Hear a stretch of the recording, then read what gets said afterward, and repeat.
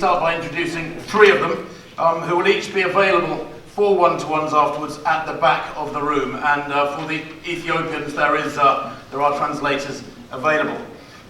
Firstly, sitting here at the front of the room, our runner-up here in London last year in a personal best of 2:04.49. He split Eliud Kipchoge and Mo Farah on a sweltering day last year. It's going to be quite different on Sunday. And of course, was a battling second with a fast 2:06 clocking, and that is fast, in New York last November. Please welcome Ethiopia's Shura Kitata.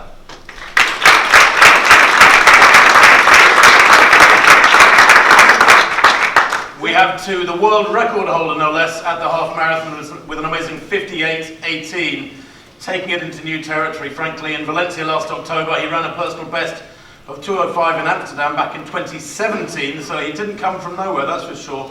And perhaps now is the time for that mark to be trimmed, perhaps substantially. Ladies and gentlemen, Kenya's Abraham Kipchoge.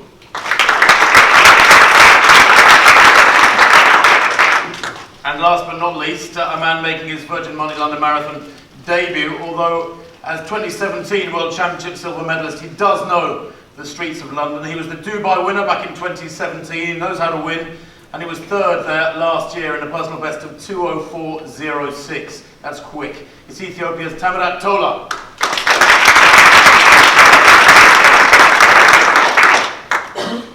Well, I'm going to invite two gentlemen up here to the stage, and firstly, he needs little introduction.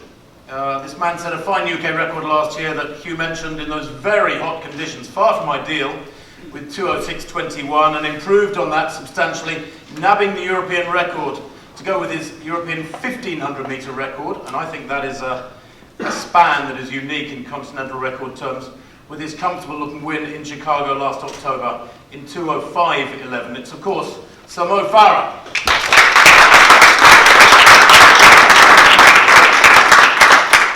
This is all carefully choreographed, Mo.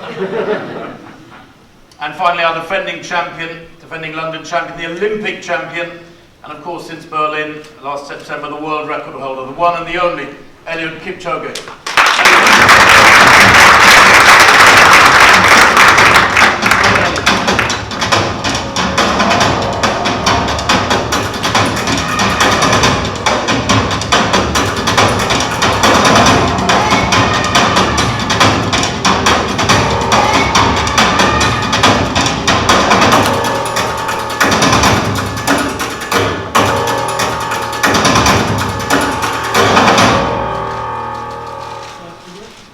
Mo. Yeah, very nice. I must tell you that Mo's got to leave in about just over 15 minutes' time. He's on an incredibly tight schedule, so Mo will not be available for the one-to-ones. I'm going to chat to the boys for a couple of minutes and then open it up to questions from you, of course. So welcome, guys. Welcome back, I should say. And Mo, back to your home city. You're living in your home city now, when you're not in Addis or somewhere else getting the training done. But just tell us, how do you feel about things? The last few weeks gone well? Yeah, no, it's nice to be back in my home city. As I said, this event is a great event. I've watched it over the years, and lucky enough to run. Obviously, the first time I took part with properly was 2014, and then to come back last year to finish third in the British record, which is incredible this year. I'm really excited to be back. Again, still on my line up. Got Eliud and the rest of the guys. Eliud, no man's ever won the race 4 times, so you could be the first man on Sunday if things go to plan to win London on a 4th occasion. But what about yourself? You've done no racing at all since Berlin. You keep this very low profile, just going through the same cycle. Again, tell us how you feel about the way you've arrived in London. You only arrived last night. All has been well, and I'm appreciating to come back to London for 4 times. I want to say I like London, and I'm ready to compete on it. Mo, it's only your 4th marathon, you're still learning. Chicago looked relatively easy for a 2:06 clocking, as Hugh alluded to, you were almost toying with the field. Do you feel that you're still on an upward trajectory? Yeah, no, definitely. I'm learning as I go along. Marathon is completely different to track, and since racing against Eliud in London, having learned the hard way, I believe that I've learned a lot. I think each race gives you you do get better and get a bit more experience. And going into Chicago, I knew training had gone well, and I was just enjoying it. And I think as an athlete, whatever you do, if you're not enjoying it and going out there, then it's hard to run your best. And when I run my best, it's when I'm enjoying it, when I'm happy. And definitely that was Chicago. I believe I could have gone a little bit faster, perhaps 2:04 or something, but I don't know. It wasn't about time, it was about winning the race, and it was a major marathon. And it's not about times necessarily, is it? You're right, it's about how you feel. And the conditions were terrible for the big half a few weeks ago when you won here in London in 61:21 or something. It was really windy, horrible day. Did that tick the boxes for you? Yeah, London was okay. It would have been nice. The condition was great, it felt great to run decent times, but you didn't need to. My coach was there, and my training partner Bashir Abdi was second. We do a lot of training together. And to ask to finish 1 and 2, it was great. And it was just, one of those things, tick the box, how's training, go back to the coach, 6 weeks ago, what do we need to do? We need to change something, how did you feel? And it ticked all the boxes, and last 6 weeks going back to Ethiopia, it's gone well. It's gone well in terms of running, but just had a couple of things other than that. In training, in terms of training and running, it was perfect. I couldn't ask for better training. And Eliud, when you arrived in Berlin, I mean, you obviously don't shout it too loud, but you were ready for that world record, as we saw in spectacular fashion back in late September. Have all your boxes been ticked in this build-up? Is there any one session or any one particular run that you and Patrick have done in the last few weeks that has made you think, yep, I'm absolutely ready? I can say training has been going on well, and I normally eat at times, normally eat 18 miles in training. So I can say I'm good and I'm fit. Mo, I heard mumblings, and of course there's more discussions to be had about the pace on Sunday. I think 61:20, 61:25 has been talked about for the lead group, which I've been led to believe might be a little bit tasty for you as a halfway split. Have you worked out carefully with Gary what the plans are for Sunday, or are you a movable feast, so to speak? I think as an athlete, last year, as I said, it was one of these crazy things where Eliud and the team, the people at the front asked for the pace, and I was just like, okay, that's one. And secondly, would have thought there might be a few guys asking for slower pace. I looked around, nobody's there, so I had no choice but to go with it. And that's sometimes you have to make that quick decision, and I did that. And it was okay till towards the end. Obviously, if you go for high pace, you do pay the price. But at the same time, I believe I've learned a lot more. I'm a lot more stronger. So we'll have to chat with my coach. I have not discussed with him exactly, and see what we can do. If I feel okay and things are good, then why not? Eliud has a very, it would seem, a very fixed cycle of preparation. And I had a chat with Patrick saying, your coach this morning, Eliud, saying, the cycle works, we've got it pretty much nailed down. The last 12 weeks are critical. But you are still on this learning curve, far more so than Eliud perhaps. Have there been any changes in this build-up compared with, for example, London last year or for Chicago? Yeah, no, definitely. Yeah. As an athlete, you always have to be willing to change stuff. The goalpost always moves further. It doesn't stay the same. And with each, marathon you do, and as you get stronger, you have to change things around. You have to throw new stuff, change stuff. And me and Gary, I'm pretty comfortable where my training's at. I feel like we've done everything we need to do. I don't think there's any more to be done or think, perhaps I could have done a little bit. Or there's none of that. The last 3 months it's been okay. Okay, on that note, I'll open up questions from all of you in the room. I know that there will be. There are microphones being brought around, so please do wait for the mic to be brought to you. Yes, at the back there, first of all. We've got a mic on. Just coming.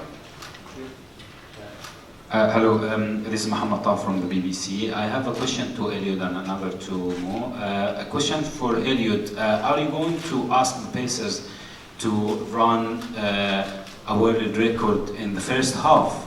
And question for Mo, how much you think the crowd would help to do better performance than Chicago? We are still on discussion and in 1 or 2 days we'll come up with agreement as far as time is concerned for closing out. Yeah, no, definitely. The crowd always helps me in London. They do lift you up, and just can't wait to get out in the street. But I just go out there on Sunday, enjoy it. The work's been done. Yes, Chris. Chris Dennis, BBC. One for Mo. Mo, I guess the question that many people are asking is, if you were to win on Sunday and beat Eliud, how would that compare as an achievement with your Olympic and world titles on the track? Yeah, no, to be honest, it'd be an amazing achievement. As I said, my aim, no matter when it is to win the London Marathon one day. That is my task. But you know, you can't take it for granted because Eliud is a great athlete and he's a world record holder, 2:01. So on Sunday, if I do beat him, and it could come down to that, who knows? It'd be an amazing achievement. Yeah.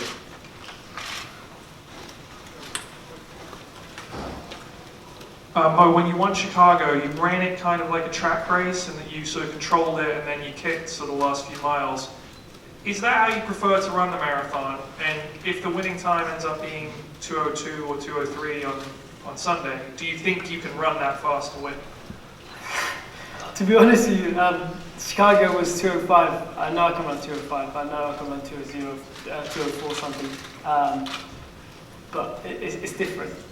In the marathon, you have to be, you have to control and you have to go through. And at the end, for me, it does suit me to finish quick towards the end. But it all depends on what happened in the race. And depends on what happened in the race. It changes everything. As you saw last year, if you go through so fast the first half, it's more like impossible to finish faster than what you did first half, and you do pay the price. But my aim on Sunday is just go out there and see what I can do. Yes. I hope you can hear me. The mic's coming, really. Okay. Mo, I just wanted to ask you this. Over the years, the British public are so used to watching you win race, like no one before, and they've loved it. So many times they've jumped off the sofa. Considering you are still learning the marathon, is it fair for people in Britain to expect you to win this weekend? Yeah, why not? If that's what they're used to it, why not? I don't line up and go, I'm going to try and finish third or fourth. Even though I'm learning, I'll go out there and give it my best, and sometimes, you end up coming first and it's a great result. Sometimes you are beaten by a better man, someone's done better than you, and you have to accept that and go back home and go, what do I need to do? How do I beat him? What do I need to change? And keep learning. Yes. Hello. Hi. How do you find the motivation to keep learning and effectively start again? And what do you think will happen first? You winning a marathon or Arsenal winning the title? It's a tough one, isn't it? We should have won last week, but hey ho. No, the marathon's different, and as I said to you, you've got to look up to someone like Eliud and the rest of the guys who've done amazing things for the marathon. This guy here has run 2:01 the marathon, has the world record. You can only learn from the best and figure out.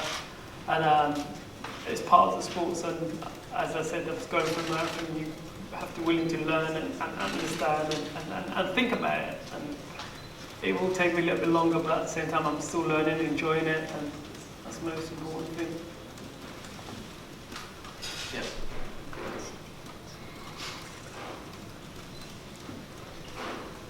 Also, another question for Mo. Similar to the earlier question, you spent most of the latter stages of your track career as a favourite, going into races expecting to win, and the field looking to try to find ways to beat you.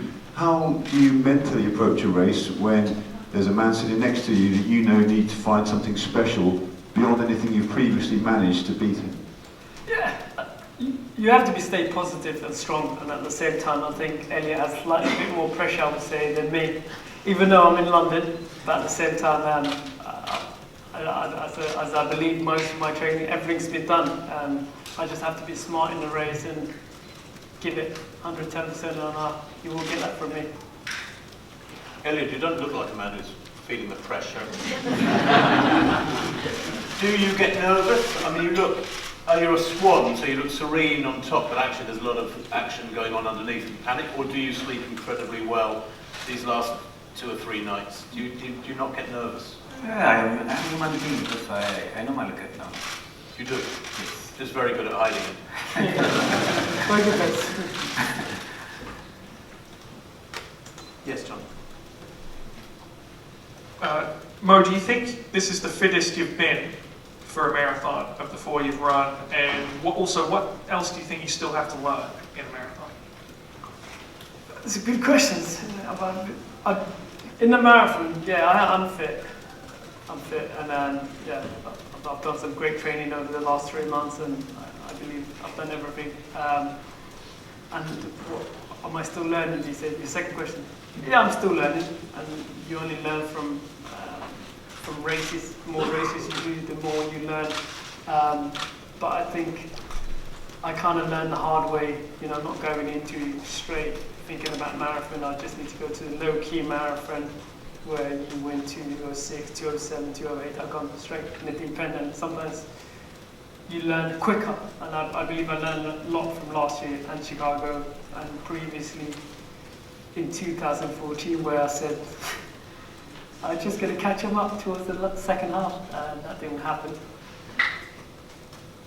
Is there an element of you don't know what you don't know? In other words, you know, you might find out you're learning stuff that you just weren't aware was out there and that you needed to learn. Yeah, for sure. I wasn't aware of, in terms of, as I said, when I finished my track career, thinking I'm going to go to a marathon, just run a few marathons. I didn't realise the work and the volume and the more preparation it takes, even though you're not racing, you're not doing 15 races or 11 races in track. I do 2 races before marathon, which half marathon, halfway, and then occasionally maybe a 10k or 10 miles, depends. And but you learn. But you know, the most important thing is I'm happy and I'm enjoying. And as an athlete, you said, if you're enjoying what you love to do, there's nothing else. You wake up in the morning, it's like Still hungry. still hungry. And I've never had, to be honest with you, when I moved on and I said, I feel like more hungry, nervous. Just, you know, when you just turn up for the track and it's a new, you haven't been in that territory before, and you win it so many times, you get used to it. Now, I'm not used to that, so I feel like I've got my mojo back. Yes. Ross Powell for LBC London News. Mo, I just wanted to ask you about last year's marathon, because I've seen some interviews where you said 20 miles in, you hit the wall. You know, you really felt like you were struggling 20 miles in. I just wondered if you could sort of tell us what was going through your mind at that point, and how did you dig yourself out of it? Because lots of runners say when they hit the wall, they fold, even experienced athletes like yourself. So what was going through your mind at the 20-mile point?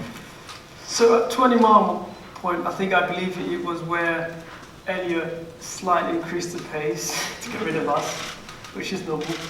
And Falafel went with it, and at the same time I tried to go with it, and at that point I went with it a little bit, and I just felt tired, and in my mind and the feelings you have, I felt like I can't keep that going.